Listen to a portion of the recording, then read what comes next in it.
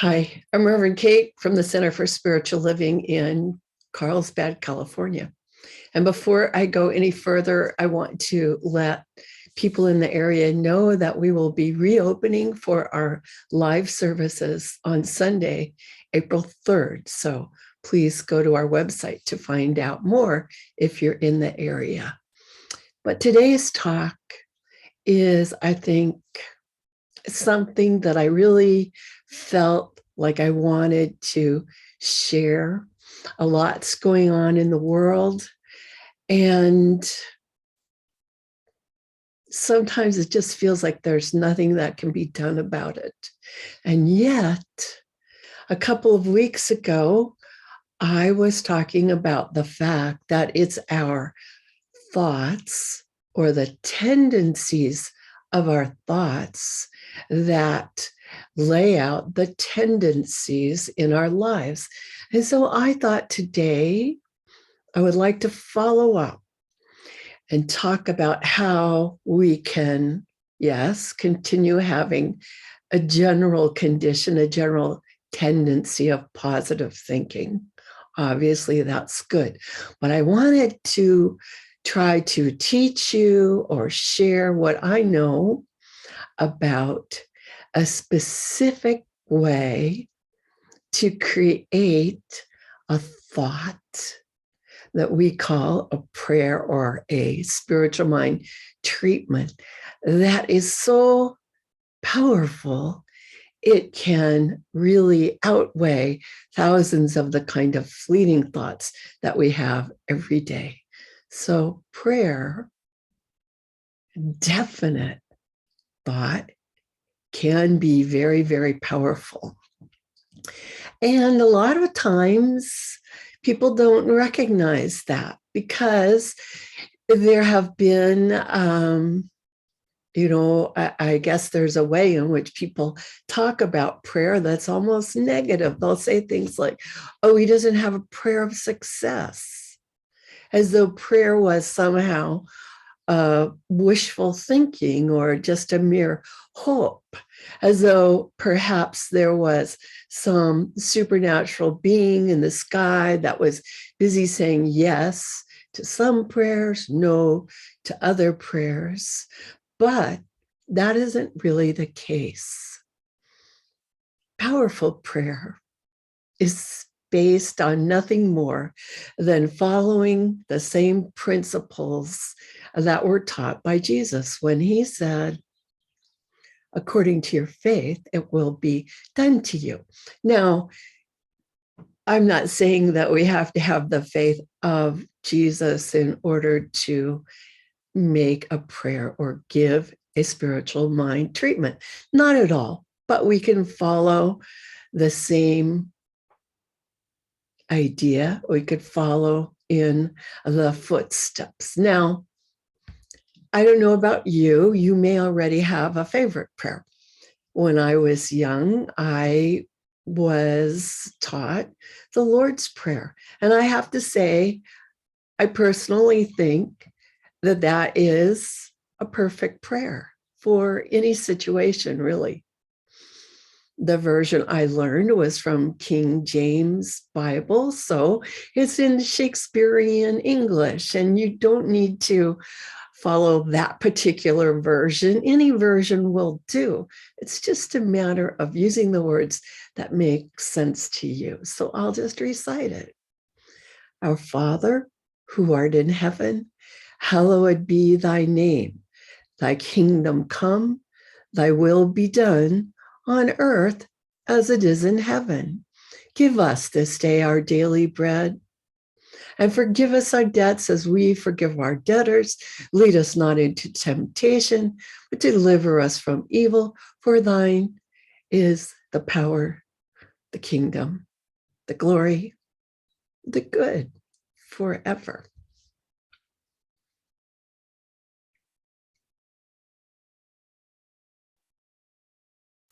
I think for me that following that prayer, using that prayer at certain times in my life, created almost a lifeline, And when I say lifeline, I'm talking about a lifeline, the rope that a climber uses to get uh, up a mountain or back down a mountain. Or what I always thought about, because when I was a young woman, I lived in Wisconsin and there were lots of blizzards. I used to think about how in pioneer days, homesteaders would tie a rope from their house front door all the way to their barn when they heard that a blizzard was coming, so that when the snow was overwhelming, they could actually hold on to the rope to find their way to take care of their animals and then find their way back into their house again, no matter what the conditions were. That's how I used the Lord's Prayer when I was younger.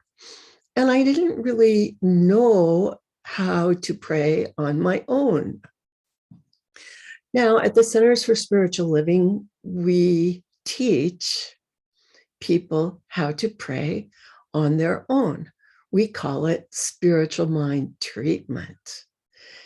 And the reason is because we know that we live in a spiritual universe, that we ourselves are actually made out of spirit, because there isn't anything else except for spirit. And so when we say a prayer or give a treatment, we're actually causing a thought within our own minds to take form and to transform our viewpoint, our perception, and our understanding. We clarify what it is we want. And as always, spirit responds. Spirit is always responding to our thoughts. So I'm just going to plunge in now.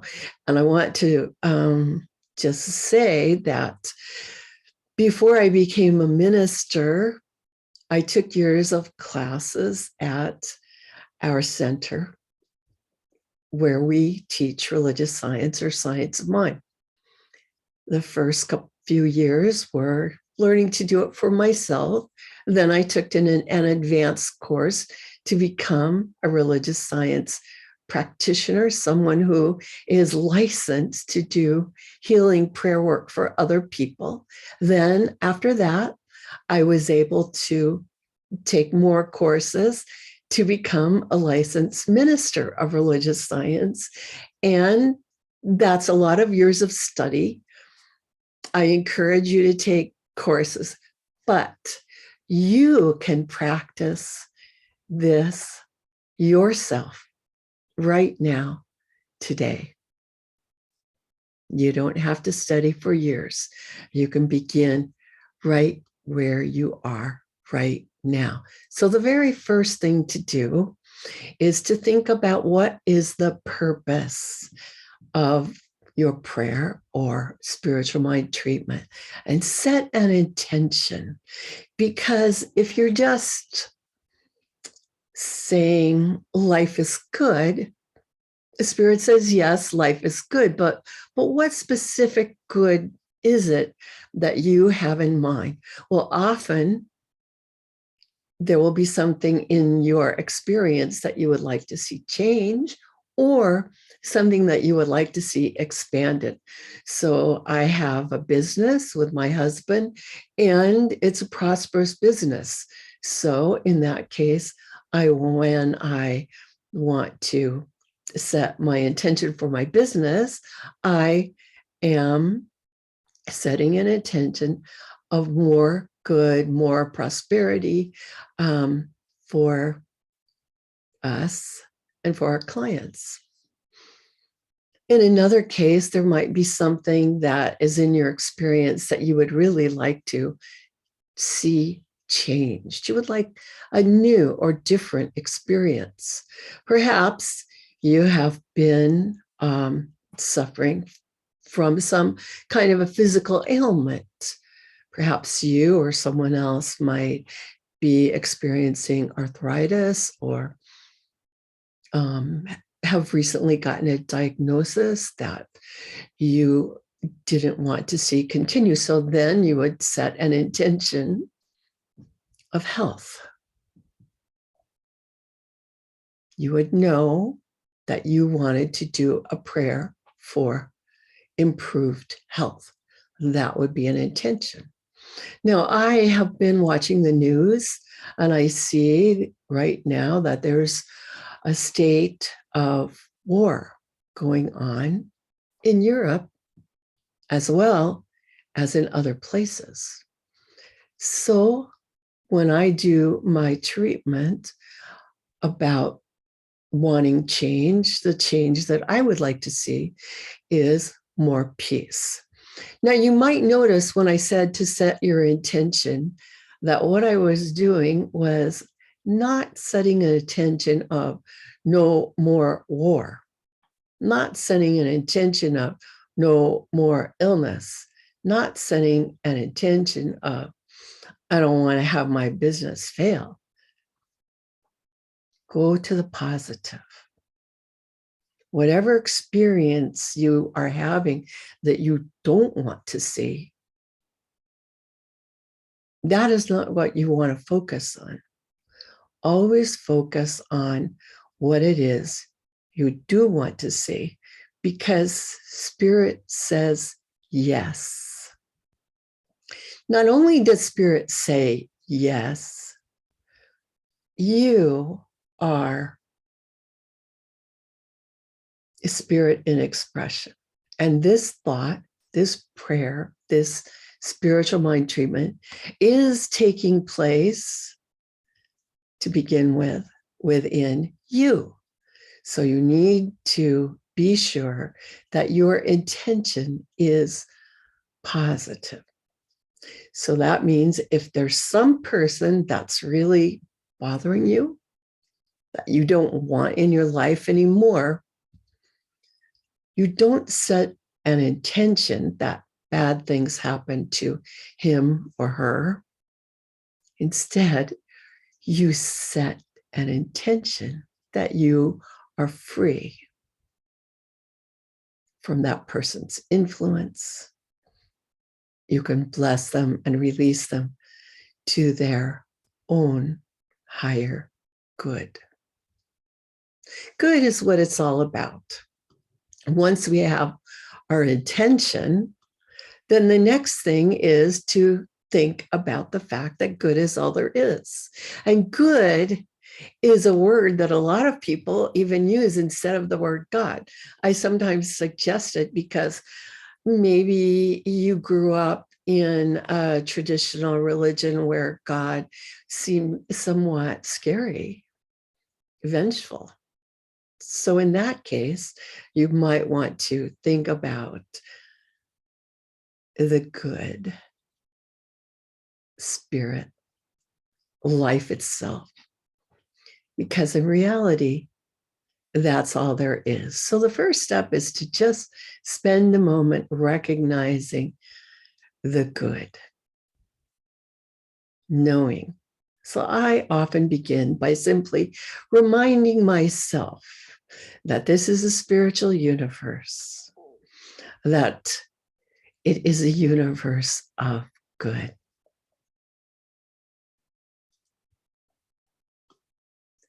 Then the next thing is to simply recognize that you, I, are one with spirit, one with life. You know, we may not be the whole ocean, but we're like a drop of water in the ocean or a wave in the ocean. There's nothing but spirit, so we must be the child of spirit. In fact, I'll often say that. I know that this is a spiritual universe and that I am a child of spirit. Knowing that, then I can go to the next step. Or is it?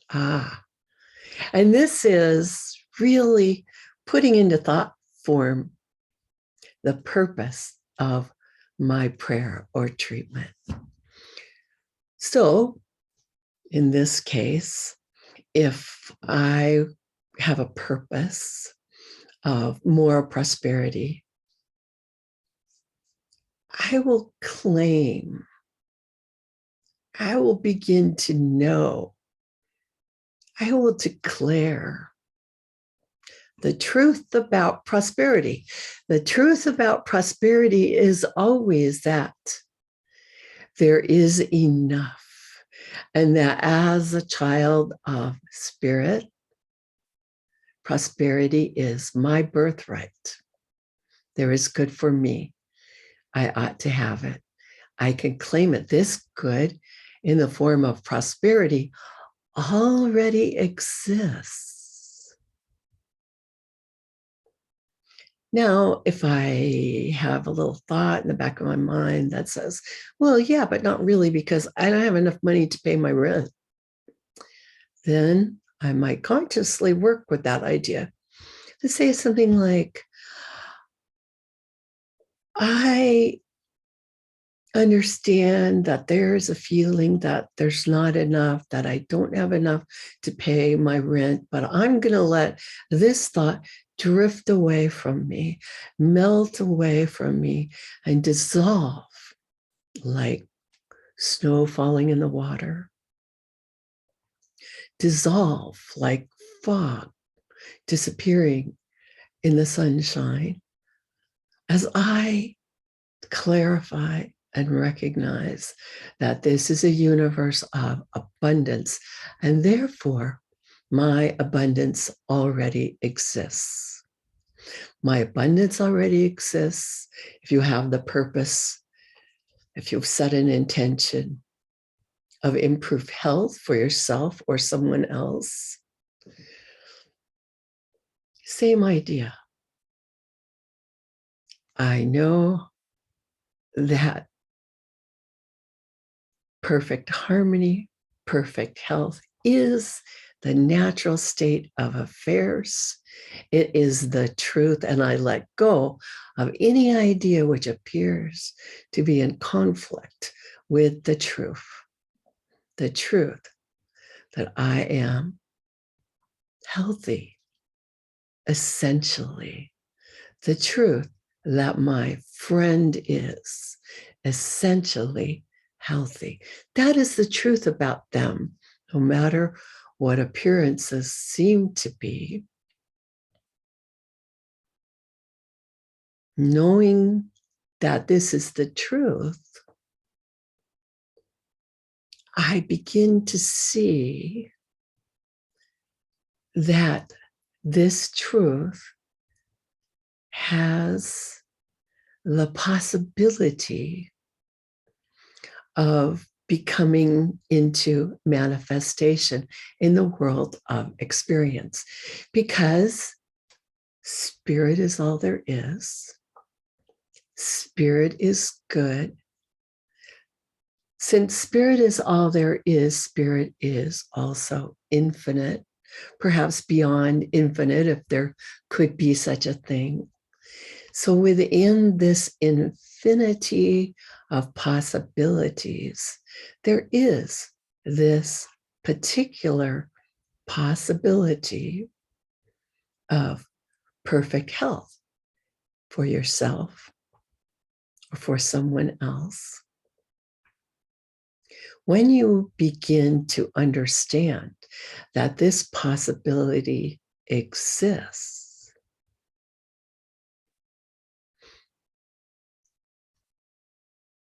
it's almost as if you're calling it forth, or some people refer to it as simply planting an idea in the soil of spirit itself, in the soil of life itself.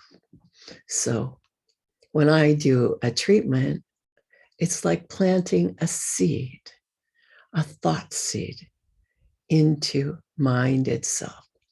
And here is the amazing thing. When we plant our intentional thought seeds into the universal spirit mind, our job is over. At this point, we shift, and we need to do this. We need to shift to an understanding that Spirit has already said yes. You might have heard the saying, the answer is in the question. Well, in this case, the answer is always yes. That's how it is that our predominant thoughts create our predominant experiences, and how it is that our specific mental treatments, our specific positive, powerful prayers create a change in our experiences, specific, definite change. But in order for this change to take place, our role now shifts from trying to make it so into allowing it to be so, accepting it to be so. Now, at this point, I'll often say, I give thanks it is done, and I let go. I let God. See, when we give thanks, it's an entry point for accepting our good. This good is already underway. It doesn't matter if you already see it or not in the world around you. It's on its way. And at this point, we release it. Amen. Amen. And so it is, and so it is means amen. That's my dog chiming in. He likes that part. So when you're doing treatment or prayer, it really is a spiritual practice. We need to keep doing it. We don't give up. Sometimes it only takes one treatment and you'll see a change. For instance, if I feel quite unhappy, I might do a treatment to become happy. And I might find that I am instantly happy when the treatment is over. If I do a treatment for peace in Ukraine, I might not find that there is instantly peace in Ukraine. So I continue with my treatment, not constantly, but I come back to it every day or two until there is a tangible result. I must be patient. I must be persistent. And I must continue with the spiritual practice. Not that I am doing anything with willpower. The only purpose of the willpower is simply in the beginning to know your intention, to focus on your intention, to understand your intention. That's where willpower comes in. You don't want to just have everything be random. But this is a spiritual practice. This is a practice where you actually are setting a thought into motion inside of your own mind. But because your mind is part of the greater mind, Spirit itself,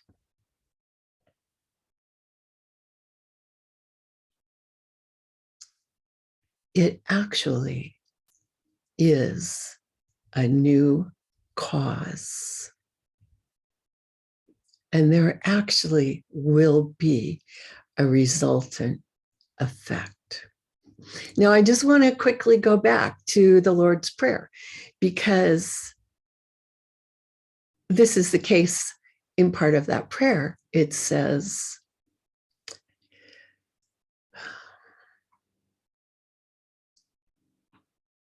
forgive us our debts as we forgive our debtors. The magic word is as. As we forgive the hurts, as we forgive those things that have been done against us, as we let go of the pain within ourselves, the suffering that we have been through ourselves, in this prayer, as we do that, there is a release from pain and suffering in our external condition. It's like a mirror. And that is embedded in the Lord's Prayer. And that is one of the basic principles that we're using in spiritual mind treatment.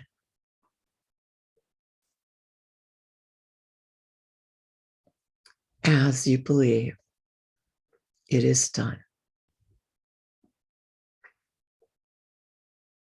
Your faith is great. It shall be done as you want. Your faith has made you well. Your faith has healed you. These are all things that it's reported Jesus said to his followers. This is the basis of spiritual mind treatment. There is a power for good. It is greater than we are, and we can use it today, right now, wherever you are. So let's begin right now. I'm going to close with a short spiritual mind treatment for your health, happiness, and success. As I remind myself of the great truth that this is a spiritual world, that there is only one mind, the mind of God, and that my mind is one with this great mind, that I live and have my being in spirit, and spirit lives through me, for me, and with me, that there is good for all of us. Knowing this, understanding that we are all the children of spirit itself, I claim this good on behalf of each and every person who watches this message now or at any time. I claim the good of a satisfying, healthy life. I claim the good of happiness and joy. I know that each person is God's perfect child, and that they deserve health, happiness, prosperity, wonderful relationships. I know this is their birthright, and so I let go of any apparent obstacles to their experience of this good. I let go of apparent problems. I let go of worries, because I know the deeper truth that there is good for them, and they ought to have it, and they ought to have it now.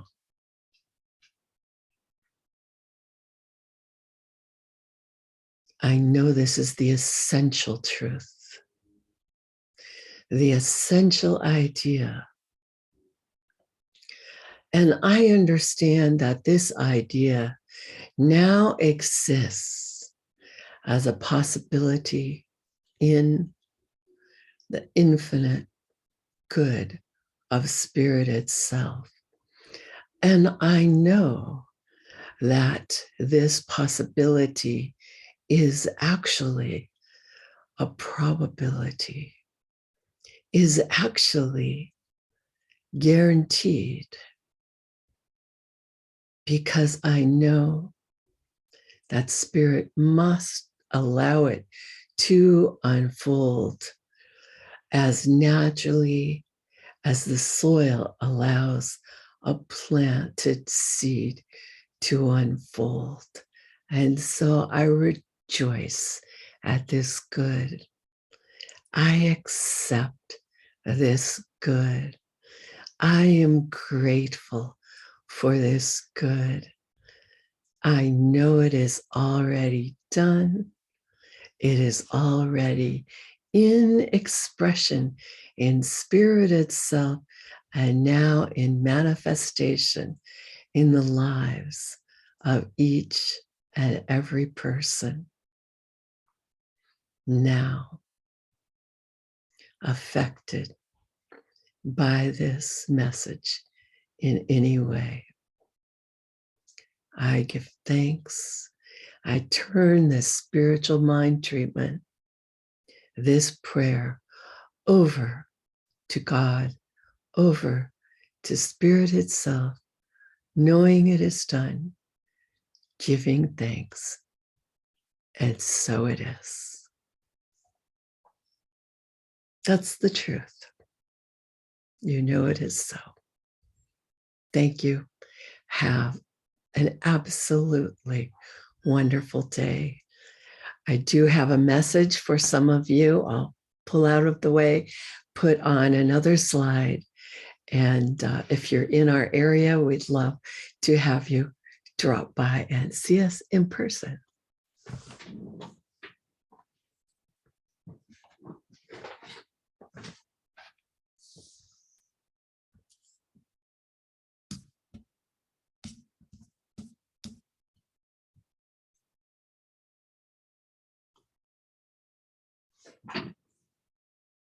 Hope you could read that. Thanks again.